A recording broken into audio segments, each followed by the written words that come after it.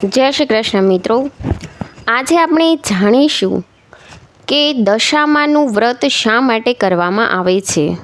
તો મિત્રો, દશામાં એ મોમાઈમાનું પ્રતીક છે। દશામાનું વ્રત કરવાથી એમ કહેવાય છે, જો મનુષ્યની કોઈ ખરાબ દશા ચાલતી હોય તો તે સુધરે છે। દશા માતાની કૃપાથી વ્યક્તિના જીવનમાં સુખ, શાંતિ અને સમૃદ્ધિ આવે છે। શ્રાવણ મહિનો શરૂ થવાને હવે ગણતરીના દિવસો બાકી રહ્યા છે।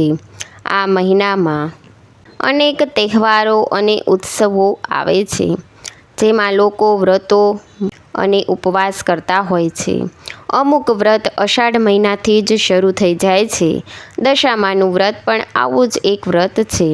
આ વ્રત અષાઢ વદ અમાસથી શરૂ થાય છે અને તે શ્રાવણ માસની દશમને દિવસે પૂરું થાય છે। દશામાનું વ્રત 10 દિવસ ચાલે છે, જેમાં ભક્તો માની માટીની મૂર્તિને સ્થાપિત કરે છે અને તેની આરાધના કરે છે। આ વ્રતમાં 10 દિવસ સુધી દશા માતાની પૂજા અર્ચના અને આરાધના કરવામાં આવે છે। દશામાં એ મોમાઈમાનું પ્રતીક છે। દશામાનું વ્રત કરવાથી એમ કહેવાય છે કે જો મનુષ્યની કોઈ ખરાબ દશા ચાલતી હોય અથવા ખરાબ સમય ચાલતો હોય તો દૂર થાય છે। દશા માતાની કૃપાથી વ્યક્તિના જીવનમાં સુખ, શાંતિ અને સમૃદ્ધિ આવે છે। દશામાનું વ્રત કેવી રીતે કરવું? મોટાભાગે મહિલાઓ આ વ્રત કરે છે। આ વ્રત કરનારી મહિલાઓ દશામાની સાંઢળી પર બિરાજમાન હોય એવી મૂર્તિની સ્થાપના કરે છે। 10 દિવસ શ્રદ્ધાપૂર્વક માતાની પ્રતિમાની પૂજા અર્ચના કરવામાં આવે છે। આ 10 દિવસ દરમિયાન મહિલાઓ દશામાની કથા સાંભળે છે અને ઉપવાસ કરે છે।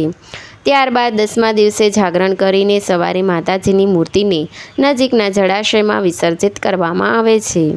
માની આરાધનાથી ભક્તોની પરિસ્થિતિ સુધરે છે અને માતાજી તેના પર કૃપા કરે છે। આ વ્રત 5 વર્ષ કરવામાં આવે છે। 5મા વર્ષે આ વ્રતની ઉજવણી કરવામાં આવે છે। જય દશામા। તો મિત્રો, વિડીયો ગમે તો ચેનલને લાઈક કરજો, શેર કરજો અને સબસ્ક્રાઈબ કરવાનું ભૂલતા નહીં। Thanks for watching.